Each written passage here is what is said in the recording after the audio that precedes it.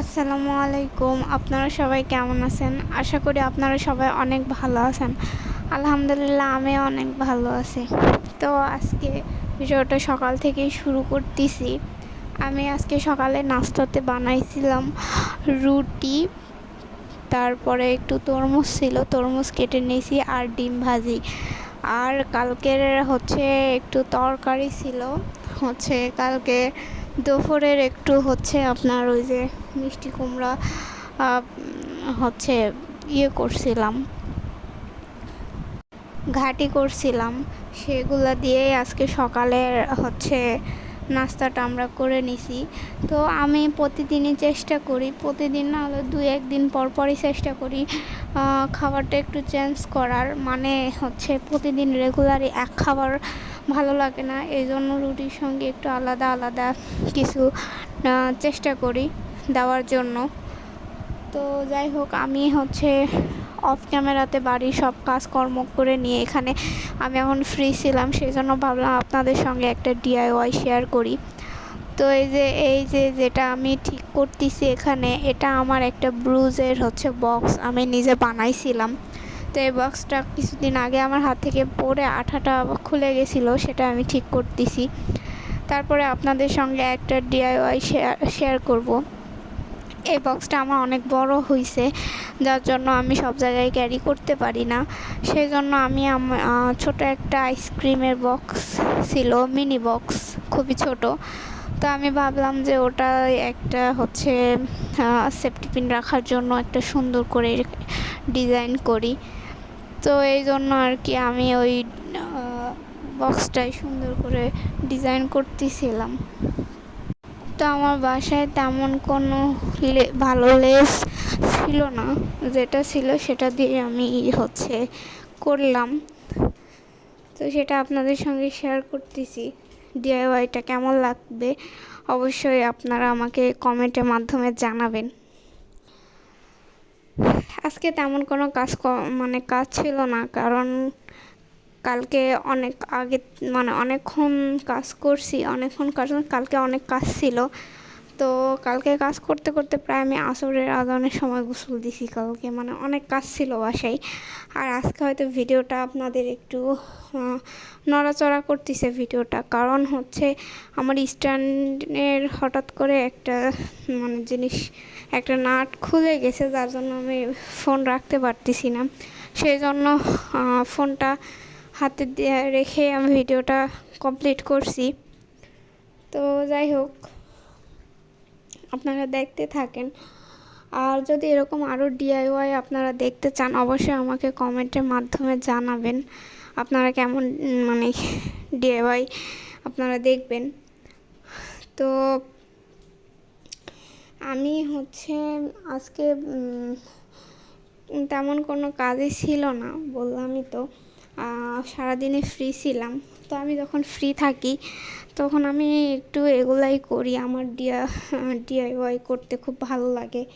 আমার মনে হয় যে ছোট যে জিনিসগুলো, যেগুলো আমাদের প্রয়োজন নাই, সেই জিনিসগুলো, এক কথায় ফেলে দেওয়া জিনিসগুলোকে যদি আমরা কোনো একটা কাজে লাগাতে পারি খুবই ভালো হয়। তো আমি এরকম জিনিসগুলোকেই সুন্দর করে ডিজাইন করতে ভালোবাসি, আমার খুব ভালো লাগে।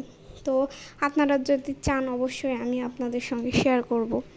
আর অবশ্যই আমার ভিডিওটা যদি আপনাদের ভালো লাগে, এই পর্যন্ত যদি আমার ভিডিও কেউ দেখে থাকেন, অবশ্যই আমার ভিডিওটা যদি কোথাও কোনো অংশ ভালো লাগে, অবশ্যই আমার ভিডিওতে একটা লাইক কমেন্ট করবেন, আমার চ্যানেলটাকে সাবস্ক্রাইব করবেন, আমার পাশে থাকবেন।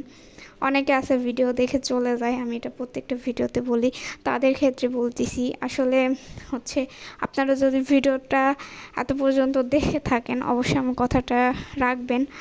আপনারা ভিডিওটা দেখার পরে একটা লাইক করবেন এবং কমেন্টে আমাকে জানাবেন আমার ভিডিওটা কেমন লাগলো, কারণ আপনারা দেখে চলে গেলে খুব খারাপ লাগে। একটা ভিডিও আমরা অনেক কষ্ট করেই করি, অনেক আশা নিয়েই ছাড়ি। তো যাই হোক, আমি ইউটিউবে নতুন, আমার ইউটিউব জার্নিটাও নতুন। তো আপনারা অবশ্যই সবাই আমার পাশে থাকবেন, আমাকে সামনে এগোতে অবশ্যই সাহায্য করবেন। আর যারা আমার চ্যানেলটাকে সাবস্ক্রাইব করছেন, লাইক কমেন্ট করছেন, তাদেরকে অসংখ্য ধন্যবাদ। আপনারা এভাবেই আমার পাশে থাকেন।